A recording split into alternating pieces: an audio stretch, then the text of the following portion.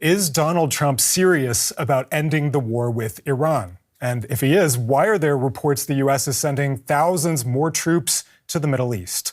I'm David Levitz, and I'll be talking about this with Hussein Banai. He's an associate professor of international studies at Indiana University, specializing in U.S.-Iran relations. Hussein, great to have you with us. Wonderful to be with you. So Hussein, right now, Donald Trump says that talks with Iran are going great and that Tehran wants to make a deal. But the message coming from Tehran is very different. So far, they've said there are no talks. I want to play a short clip from Donald Trump and then get your response. Here's the president. Yeah, well, we're in negotiations, as it turned out. And now you've seen what I said yesterday was exactly correct. We're in negotiations right now.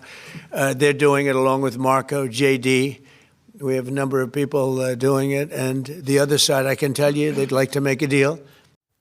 So, Hussein, we just heard Donald Trump there saying there are negotiations, that Iran would like to make a deal. Iran says there aren't negotiations. Who should we believe at this point? Oh, it's a very good question, because the credibility of what the president says is really not very high, and especially when it comes to Iran. I think in the history of this relationship, if you want to call it that, both in the first term and the second term, we've had repeatedly Donald Trump say that things are going well, and right around the corner, he will come and say that they weren't going well, and that's why he either assassinated ordered the assassination of a senior general, or the war has commenced, as was the case in June of last year in the 12-day war, and obviously on February 28th when this ongoing war commenced as well. So there's a credibility gap here, and frankly, I think anyone paying attention to this, your bets are probably a lot safer on what the Iranians say than what the president of the United States says, which is a remarkable thing to consider at this moment. So you're saying that the Iranian regime is actually more credible at this point than Donald Trump? Well, if you go by the history of just what the president has said over the course of the last couple of months, we can't take him by his word, because when he says negotiations are going well, we now know that they were preparing for war, and in fact, going over targeting options. And so, I actually want to pick up on that. I actually want to pick up on that right now, because Trump just a few days ago had given Iran a 48-hour ultimatum to open the Strait of Hormuz, and now he's pushed that back 5 days. And he says it's because talks are going so well, but there are reports by Reuters and the Wall Street Journal with their sources saying the U.S. is actually sending thousands of troops into the Middle East. So it actually sounds a lot like what happened right before this war, when the U.S. and Iran were in talks, but at the same time, the U.S. and Israel were actually planning to attack Iran. Is that how you read it? That's correct. That's how I'm looking at the empirics of what the military buildup or the troop buildup is looking like. And the trajectory matches that of the previous two times that the United States was gearing up to attack Iran, or to ramp up its ongoing attacks. So he might be saying this, and I think maybe this is a pattern that he's established in his mind, the president has, that I will tell the global audience and the media that I am ready to negotiate, and negotiations are going, and the Iranians look very desperate and, on their back foot and cornered or what have you.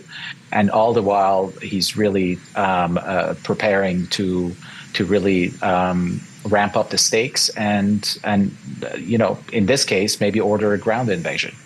What do you think Trump's motivation or motivations are for saying the U.S. is in talks with Iran? Well, one could guess, and that's the best we can do, but one could speculate that the economic news out of this war has been really negative for him, for his approval ratings, for the way the American public is following this war and isn't unsure exactly what the strategic objectives are. The price of gas obviously have skyrocketed. That is now getting translated into the price of goods at the supermarket. The uncertainty of the markets could very easily spread to other sectors. And so I think he has one eye on that to sort of say there's good news coming down the road. But also, it could be that he is playing that same old trick of getting the Iranians to feel like they are negotiating with him, or that maybe that he is being, open to negotiations with them, and then all the while plan to really squeeze the regime even further. One can only speculate which one of these options he has in his mind, but we do have evidence that he does respond to market pressures and negative economic news, which in this case is certainly very present. And Hussein, speaking of the markets, this almost sounds like a conspiracy theory, but market experts have pointed out that there was a lot of trading on oil futures right before Trump's announcement of talks with Iran. They're saying it's a sign of possible insider trading. Do you have any thoughts on that? Again, I mean, one could speculate. We have seen these patterns in the prediction markets. There's a lot of advanced money making going on ahead of operations, even in the case of not just this war, but the one that extracted the Nicolas Maduro out of Venezuela. Bets were placed on the exact timing of his extraction out of Venezuela. So there is that established pattern as well. It's very clear, look, at the end of the day, this administration lacks transparency, lacks credibility, and it seems to be almost taking this on an hourly basis. No kind of rationale, long-term planning. And you could kind of, track this on the president's speeches from hour to hour and his posts on Truth Social. Hussein, I want to bring in another clip now of Donald Trump talking about these talks he says the U.S. is having with Iran. Let's take a listen. The president, the gift they made to us was very significant, and they said they were going to do it, and it happened. And they're the only ones that could have done it. Jennifer? Was it related to the Strait of Hormuz and the flow of... Yeah, it was related to the flow and to the Strait. Yeah, it was. Hussein, a gift from Iran. What do you think the president is talking about there? Well, he's a, master spinner of narrative. In this case, it seems to be linked to Iran agreeing the passage of some ships through the Strait of Hormuz by non-hostile nations. And that seems to be, is being spun by the president as a great gift, which should give us an insight into perhaps how desperate he seems to be for the Strait to be opened up and for Iran to ease the pressure on the movement of oil through that very important strategic chokehold. So if he's labeling it a great gift, and the follow-up question of the reporter there in the press pool seems to really clarify that it was linked to the Strait of Hormuz, then I think it reveals just how weak a hand he seems to be having here, that even just the passage of a few ships qualify as a great gift from Iran. Now, one of the main goals the U.S. has stated in this war from the beginning is Iran ending its nuclear program. I want to play another clip of the president. A few days ago, you said you wanted to continue bombing Iran. Now you want to pursue peace talks. Was there something that happened? The fact that they're talking to us and they're talking sense. And remember, it all starts with they cannot have a nuclear weapon. Just, I said yesterday, they said, what are the top 10? I said, well, number 1, 2, and 3 is they can't have a nuclear weapon. And they're not going to have a nuclear weapon. And we're talking about that. And I don't want to say in advance, but they've agreed they will never have a nuclear weapon. They've agreed to that. Okay, so Trump talking there about Iran agreeing to no nuclear weapon. Hussein, do you think Iran might really be more prepared after this war to make promises like that? Well, we have to be factually correct here. Iran has always claimed that its program is for peaceful purposes, that it does not intend to make a nuclear bomb. Perhaps go up to the threshold so it could create some sort of deterrent against its, especially against Israel, or against outside attack more broadly. But it has never said that it's pursuing nuclear weapons. So the claim here that Iran has said it's gone back and it's saying it's never going to make nuclear weapons is, factually inaccurate. I think the way we can kind of deduce what he's trying to say here is that the Iranians might be willing to give up some highly enriched uranium stockpiles that they clearly have safeguarded in the aftermath of the 12-day war that was supposedly, the president said, obliterated Iran's nuclear program. And that whoever they're talking to, and again, we don't have any verification of this, that they're saying they're open to discussions about the fate of that highly enriched uranium and where it might go. But I think beyond that, it's really nothing outside of the bounds of previous negotiations in terms of what Iran is offering and where its positions have been. The U.S. has sent Tehran what it calls a 15-point plan. Safe to assume the nuclear demands are on there. What else might be in the U.S.'s demands? Well, one could speculate against Iran's missile program, for sure. Iran has demonstrated that even after, 9,000 attacks on its various military installments since the start of the war, that it can still launch deadly attacks against its neighbors and even into Israel as well. So I assume some of the negotiations have to do with Iran's missile capability. Also, I think the routes of travel for ships through the Strait of Hormuz are part of that plan as well, that Iran would agree to some form of cooperation to allow certain vessels to get by, perhaps to agree not to hit oil and energy installations in the Arab Gulf countries, Saudi Arabia and Kuwait and Qatar. And the rest of it could also have to do with Iran's own oil resources as well, that maybe the White House would like to extract some sort of energy concession out of Iranian oil. But we can only speculate. These are bargains that are available. Frankly, beyond this, there's not much that Iran could deliver on. Do you see Iran actually responding to this 15-point plan? Well, I think they're going to maintain some of the red lines that they've insisted on, especially vis-a-vis their missile program. That has been a very credible deterrence that they've been able to establish against Israel and their Arab Gulf neighbors that might launch attacks into Iran or allow American bases to launch attacks from their soil into Iran. So I think the missile program has never been really something that Iran would compromise, because then it would be completely open to attack from outside.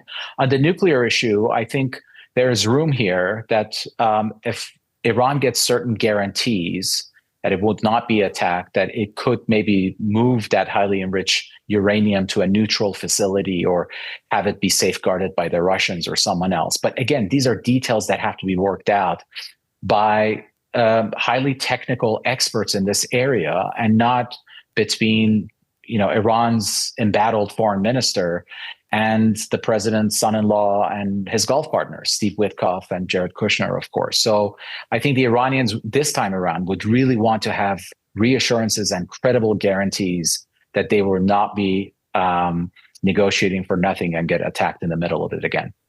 Now, coming back to the U.S.'s goals, shutting down Iran's nuclear program was one of the major stated goals in this war. The other one was regime change. I want to play another clip of Donald Trump here. But I hate to say it, but we killed all their leadership. And then they met to choose new leaders, and we killed all of them. And now we have a new group, and we can easily do that, but let's see how they turn out. We have really regime change. This is a change in the regime because the leaders are all very different than the ones that we started off with that created all those problems. So this was, I think we can say, Jason, this is regime change, right? Hussein, is Trump claiming regime change in Iran without actually having achieved it? You could bet he does. I mean, he does this with many other things. He is very good at creating this narrative and insisting on it and repeating it enough time for his followers to actually believe it and buy into it. But I think there's no doubt that on the daily intelligence briefings that he gets, similar to Iran's nuclear program after the 12-day war, that he is presented with alternative realities and actual facts on the ground. And the fact here is that, yes, the United States has assassinated Iran's top leadership. It has eliminated its most senior official, the supreme leader, but that the Iranian government has also demonstrated that it has replenished those ranks very quickly with other figures. Can they play whack-a-mole and keep going at these leaders and taking them out? Yes, absolutely. But this is a country of 90 million, and this regime has a good 20 to 25% base of support, and so it can keep replenishing its ranks as well. And we see no sign that the regime has actually lost control of key institutions, military, security, intelligence, and economic. At the start of the war, the U.S. and Israel called on Iranians to use this opportunity to rise up and overthrow their regime. Do you see any chance of that happening now? I don't. And this is a very tragic implication of the way in which this war has been prosecuted. I think there have been various points in which if there was serious planning and serious coalition building for a really a prolonged transition program to get rid of the Islamic Republic, that the public would have been supportive of it. I think after the January massacres that the regime carried out on its own people, estimates between 7,000 to 32,000 people killed by the regime in just a matter of days. There was an opportunity for a humanitarian pretext of intervention in Iran. And obviously the United States did not seize it. And in fact, the president very much asked the people to take to the streets. Help was on its way. And when the public saw that not only help was not on its way, but that US and Israel are carrying attacks on civilian infrastructure and kind of indiscriminate attacks, the public has grown wary of the broader rationale and strategies that the United States and Israel might be employing here. So I don't think the public is where it was in January or February. Now, the U.S. and Israel, of course, would say that they're attacking regime infrastructure. The war is also reshaping Iran's relations with its neighbors. The New York Times has cited sources saying that Saudi Arabia's Crown Prince Mohammed bin Salman has urged the U.S. to keep up attacks on Iran and to seek regime change. What do you make of that? Well, that's a very interesting bit of reporting that has come out. And I think it's one that, frankly, conventional analysis had overlooked. I think one of the very important detailed nuances of the way in which the United States has reconfigured its foreign policy since the return of the Trump administration in January of 2025 is that the president and his inner circle are making decisions based on strategic relationships and partners with the Trump family and Trump's own network of patronage. And the Saudi royal family, Mohammed bin Salman, the Qatari royal family, the UAE royal family, have been central partners in this regard. So it does not surprise me that privately they see a historic opportunity for the United States to really neutralize a country that organically has been a natural ally of the United States that could very easily overshadow the partnership, the special relationship that Mohammed bin Salman in Saudi Arabia has made with the Trump family and the president's son-in-law. And so they want to really take advantage of this moment to really neutralize Iran and ensure that Saudi Arabia remains a central pillar of American strategic interests in the Middle East in the long run. Hussein, lots of indications here that the U.S. does intend to continue the war, or at least Donald Trump does. If the U.S. does negotiate an end to the war with Iran, do you think Israel will also stop bombing Iran and pull out of Lebanon?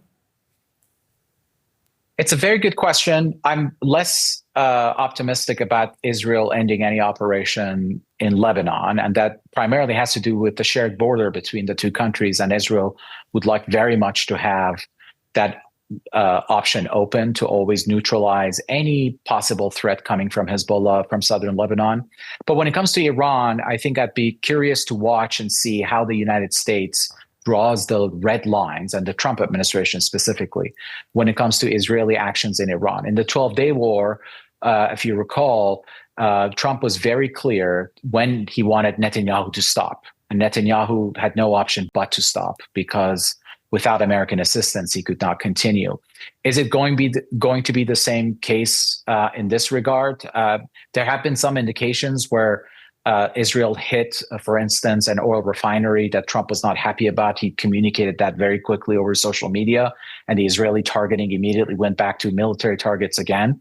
So I'd be curious to see how this goes on. And mind you, Israel has also been very strategically taking out possible interlocutors with the Trump administration inside Iran. Some pragmatist leadership targets like Ali Larijani, who in the past had demonstrated openness to talks, was very quickly eliminated by Israel. And that was a person that the White House had hoped to perhaps negotiate with after the death of Khamenei. So we have to see what the red lines with Israel are going to look like from Washington. We'll have to see if the U.S.'s war and Israel's war are coupled, or if they end up being two different wars. Hussein Banai from Indiana University, thanks for talking to us. My pleasure. Thank you very much. So what do you think? Is Trump serious about ending the war with Iran, or is he just buying time to prepare more attacks? Let us know in the comments. And if you liked this video, please hit the like button and don't forget to subscribe.